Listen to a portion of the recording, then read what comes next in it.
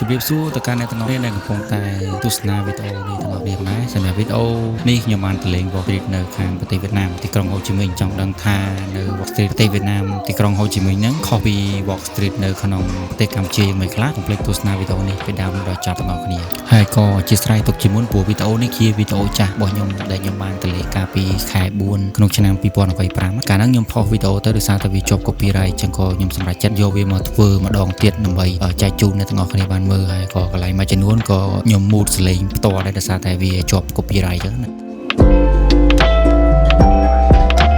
ច្រកនេះវាស្តៀងវាស្តៀងនៅខាងបាសាក់ឡែនដូចគ្នាតែគ្រាន់តែនៅបាសាក់ឡែនគេមានហាងច្រើនតែអ្នកសើមានហាងនេះបើយកដឹងសាប់ជូទាំងជូ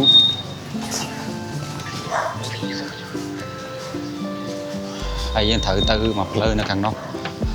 មិនយើងដល់កន្លែង Wall Street នោះមិនដល់8ឆ្នាំមើល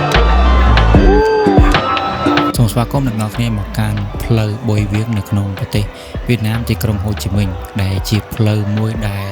សម្បូរទៅដោយអ្នកដើរលេងកម្សាន្តនៅពេលរាត្រីអញ្ចឹងសង្ឃឹមថាអ្នកនរគ្នានឹងមើលវីដេអូនេះពីដើមដល់ចប់ដើម្បីចង់ដឹងថាតើនៅពេលរាត្រីនៅក្នុងប្រទេសវៀតណាមមានកន្លែងណាខ្លះដែលដើរលេងកម្សាន្តហើយសម្រាប់ទីតាំងនេះគឺនៅក្នុងគេហៅថាក្នុងស្កាត់មួយដែលសម្បូរទៅដោយក្លឹបហើយនឹងផាប់ជាច្រើនមែនទែនដែលវាស្តៀងទៅនឹង Pub Street នៅក្នុងខេត្តសៀមរាបរបស់យើងដែរគ្នាត្រង់ថានៅខាងវៀតណាមវប្បធម៌របស់គេបែបផ្សេងវប្បធម៌របស់យើងបែបផ្សេង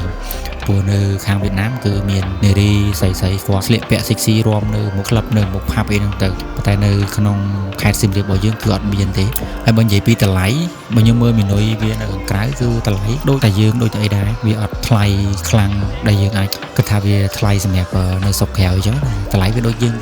តែអញ្ចឹងហើយនៅនេះបើយើង search ដាក់ Wall Street ក៏ត្រូវដែរដោយសារតែតំបន់ហ្នឹងគឺសម្បូរមនុស្សដើរច្រើនមែនទែនហើយអ៊ូអរចូលអ្នកនរគ្នាអាចមើលហើយសម្រាប់អ្នកចូលចិត្តតន្ត្រីក៏មានដែរមាន band មាន live band លក្ខណៈបែប rock បែបលក្ខណៈបែប classic ហើយវីដេអូរបស់ខ្ញុំ copyright នៅពេលដែលខ្ញុំមើល band rock ហើយនិង band classic ហ្នឹងឯងចឹងទៅក៏ខ្ញុំសម្រេចចិត្តធ្វើវីដេអូម្ដងទៀតដើម្បីលុបបំបាត់ copyright ហ្នឹងដើម្បីកុំឲ្យខូចនៅ channel របស់ខ្ញុំសារ channel យើងកំពុងតែរលួយបានអញ្ចឹងវាមិនបានច្រើនទេអ្នកទាំងអស់គ្នាខ្ញុំទទួលបាន monetize រយៈពេលប្រហែលជា 4-5 ខែបាន$10បាទដោយសារតែមកវីដេអូបាន10រៀលផងសារអ្នក view របស់ខ្ញុំគឺវាតិចដែរគេថាច្រើនណាស់ផុតទុំ100-200នាក់អីណាចឹងទៅអត់បានច្រើនទេរាល់ថ្ងៃនេះគឺចំណាយទៅលើការទិញកាមេរ៉ាគឺអស់លុយច្រើនជាងចំណូលបានមកពីការធ្វើវីដេអូនឹងទៀតចឹងសង្ឃឹមថាអ្នកទាំងអស់គ្នានឹងចូលចិត្តវីដេអូរបស់ខ្ញុំហើយគាំទ្រ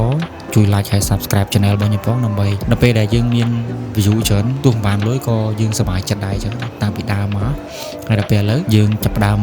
រកលុយបានទៅជា view នឹងវាធ្លាក់ចឹងទៅយើងអត់ចិត្តដែរពេលខ្លះចង់បោះបង់វាដែរតែធ្វើម៉េចព្រោះវាជាការស្រឡាញ់របស់យើងចឹងយើងបកមកវីដេអូរបស់យើងវិញអ្នកនរគ្នាឃើញគឺបើនិយាយពីភ្លើងពណ៌និយាយពីចម្រៀងគឺរំដំពេញហ្នឹងមកថាដឹងស្ដាប់នរណាយកនរណាទេវាថាវាច្រើនមែនតើផាប់ពូក្លឹបអីហ្នឹងគឺនិយាយថាស្អីស្កាសនៅផ្លូវហ្នឹងមកយើងដើរមកហត់អញ្ចឹងបើនៅមុខពីច្រើនប្រុសគាត់ហៅយើងចូលទៅលេងនឹងក្នុងហ្នឹងគាត់ប្រាប់តម្លៃហើយនិយាយទៅគឺគាត់ប្រកែយើងទៅសារអ្នកចិត្តខាងមកយើងដែលគាត់ថាគាត់មានជំនាញខ្លាំងទៅលើវិស័យទេសចរណ៍ហ្នឹងអញ្ចឹងយើងគួរតែរៀនសូត្រពីគាត់ដែរតែក៏មិនលើសយើងប្រហែលណាដែរបើយើងនៅខាងសៀមរាបក៏មានអ្នកធ្វើការដែលគាត់រੂរាយតាក់ចឹងដូចគ្នាគាត់ថាគេដើរលេងនៅវៀតណាមនៅថៃអីអស់លុយហើយបានគេមកលេងនៅក្នុងស្រុកយើងអញ្ចឹងមានតែយើងទេដែលជួយផ្សព្វផ្សាយអំពីអ្វីដែលល្អពីប្រទេសរបស់យើងទៅកាន់ពិភពលោកទៅកាន់បរទេសដើម្បីឲ្យបរទេសមកលេងក្នុងស្រុកយើងដោយមិនបាច់ឆ្លងកាត់ប្រទេសផ្សេងថាយើងគាត់ដើរលេងគឺគាត់ចំណាយលុយមកតែប្រទេសយើងអញ្ចឹងធ្វើឲ្យទេសចររបស់យើងរីកចម្រើនប្រទេសរបស់យើងរីកចម្រើនអភិវឌ្ឍបានកាន់តែច្រើនហើយបើនិយាយពីប្រជាជន បោះគេវិញថ្ងៃឡើងគឺគាត់ឃុំចិត្តតែម្ដងហើយគេចូលចិត្តជិះម៉ូតូច្រើននៅនឹងក៏អត់មានឡានទេពីច្រើនគឺម៉ូតូហើយតុក Pass App គឺអត់មានទេគឺមានតែ Grab ម៉ូតូដូបទេអញ្ចឹងអ្នកទាំងអស់គ្នាទៅម្នាក់ឯងដូចខ្ញុំចេះគឺងាយស្រួលទេ download Grab មួយហើយ booking ម៉ូតូដូបជិះគឺលឿនមែនតើពួកគាត់គឺជិះម៉ូតូសាណាហើយបើនិយាយពីប្រជាជនរបស់គេក្មេងៗឬក៏យើងចំណាស់វ័យកណ្ដាលអីហ្នឹងគឺជិះម៉ូតូគឺពាក់ឃ្លុំហើយចិត្តតែម្ដងហើយដល់ពេលយប់ឡើងបើនិយាយពីយប់ឡើងនេះគឺបញ្ចេញឲ្យសាច់បាទចឹងយើងដឹងស្រាប់ហើយខាងជនជាតិវៀតណាមគឺពួកគាត់ស្អាតដែរហើយបបគឺរត់តុកនៅហ្មងគឺឈរចាំហៅភ្ញៀវចូលក្នុងហាងចូលក្នុងផាប់អីចឹងទៅហើយមកដល់កន្លែងចំណុចនេះគឺមាន band ជាលក្ខណៈបែបគេថាបែប rock អញ្ចឹងខ្ញុំចង់ចូលមើលប៉ុន្តែដោយសារតែខ្ញុំទៅហ្នឹងគឺខ្ញុំទៅពេទ្យហើយព្រឹកឡើងខ្ញុំត្រូវគ្របទៅពេទ្យចឹងទៅអត់អាចចូលទៅបានទេហើយបើយើងចូលទៅទិញទឹកសុទ្ធវាពិបាកមើលដែរវាដូចវាមិនសនុកចិត្តខ្លួនឯងអញ្ចឹងសុខចិត្តឈរពីក្រៅមើលហើយ band គេនេះគឺញាក់សាច់តែម្ដងហើយពេលខ្ញុំថតហ្នឹងគឺមានក្មេងអូនតូចជនជាតិបរទេសមិនមែនជនជាតិវៀតណាមទេគឺជនជាតិផ្សេងបែបពួកអឺរ៉ុបបែបអីចឹងគឺគាត់លេងស្គរគឺលេងស្គរសាហាវមែនទេញាក់សាច់តែម្ដងជន់ហើយសឹងទ្រុះស្គរហើយតោះពេលខ្ញុំមើល band គាត់ហ្នឹងហើយក៏ខ្ញុំដើរទៅមុខបន្តទៀតយើងមាននៅកន្លែងផ្សេងទៀតដែរប្រភេទជា band ហ្វីលីពីនដែលគាត់លេងជាលក្ខណៈ classic មានហ្គីតាសាំ 3-4 ដើមអីចឹងហើយនឹងស្គរកឆយជាលក្ខណៈ classic ហើយកន្លែងហ្នឹងក៏ស្អាតដែរការតុបតែងមកគេមើលទៅវាបែបជាបែបរុក្ខជាតិជាលក្ខណៈ classic អ្នកឆ្លាញ់បែបគេហៅថាធម្មជាតិអីហ្នឹងគឺត្រូវ relax ឈឺជាមួយនឹងមិត្តភ័ក្តិបងប្អូនអីចឹងណាហើយក៏មានប្រភេទបារមានប្រភេទ club អីចឹងច្រើនហើយកន្លែងញ៉ាំអីក៏សម្បូរដែរខ្ញុំដើរប្រហែលជា2ជុំមកហត់ហើយបានខ្ញុំទៅកន្លែងសម្រាប់វិញវាយស្គរសាហាវចាំមកទៅបរទេស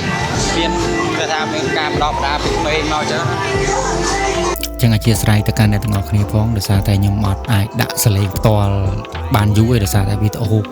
ដែលខ្ញុំផុសកាលពីឆ្នាំមុនដែលខ្ញុំមកពីវៀតណាមភ្លាមហើយខ្ញុំផុសហ្នឹងគឺជាប់ copyright ច្រើនមែនតើចឹងទៅក៏ខ្ញុំសម្រេចចិត្តធ្វើម្ដងទៀតដោយអ្នកគាត់បានដឹងខ្ញុំប្រាប់ពីដើមវីដេអូចឹងខ្ញុំសម្រេចចិត្តធ្វើម្ដងទៀតដើម្បីកុំឲ្យវាជាប់ copyright ហ្នឹងដោយសារខ្ញុំចង់រក្សានៅ memory ដែលខ្ញុំបានទៅលេងនៅបរទេសលើកទី1ហើយលើកទី1ហ្នឹងទៅលក្ខណៈបែបវាស្លន់ដែរទៅទាំង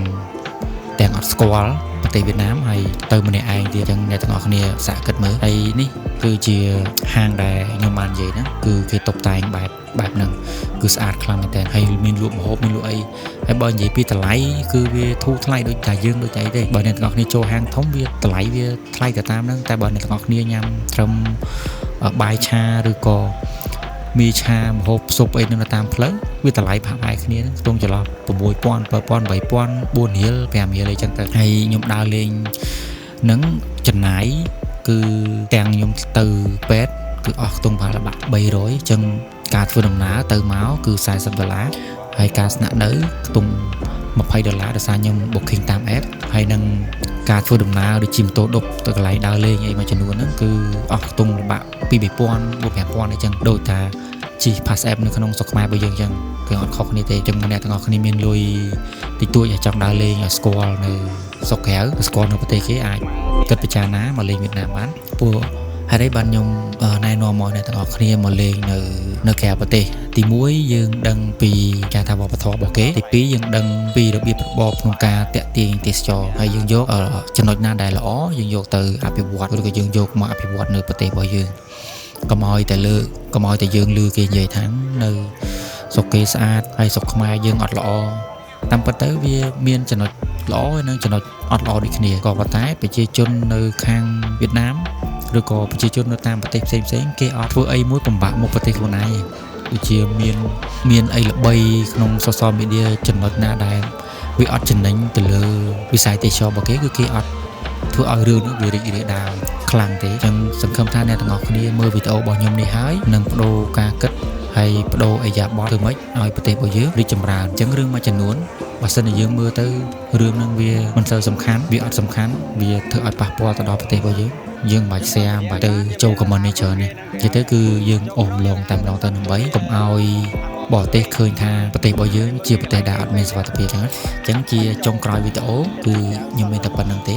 ហើយនេះគឺពេលដែលខ្ញុំដើរទៅកន្លែងតែរបស់ខ្ញុំដេកវិញហើយសារតែអស់កម្លាំងដែរហើយណាមួយត្រូវក្រោកពីយប់ផងពីព្រឹកផងដើម្បីទៅពិនិត្យសុខភាព ចឹងខ្ញុំគេងនៅវៀតណាមនេះគេងតែមួយយប់ទេហើយអរគុណច្រើនសម្រាប់អ្នកទាំងអស់គ្នាដែលទស្សនាវីដេអូនេះពីដើមដល់ចប់សង្ឃឹមថាអ្នកទាំងអស់គ្នាចូលចិត្តវីដេអូប្រភេទនេះហើយកុំភ្លេចចុច like ហើយ subscribe channel របស់ខ្ញុំផងដើម្បីទទួលបាននូវវីដេអូថ្មីពីខ្ញុំហើយអរគុណច្រើនសម្រាប់អ្នកទាំងអស់គ្នាចឹងជួបខ្ញុំនៅវីដេអូក្រោយទៀតបាយបាយ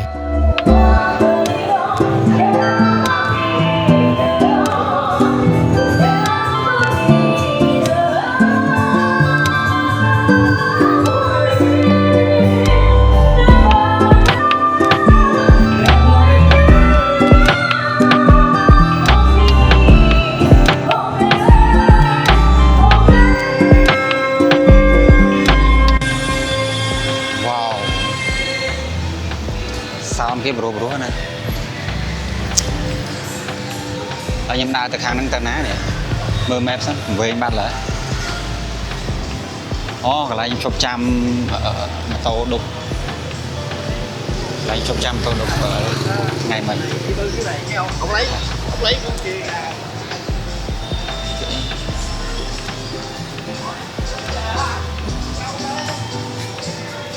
ចូលមើលអីក្នុងម៉ាតតិចសិន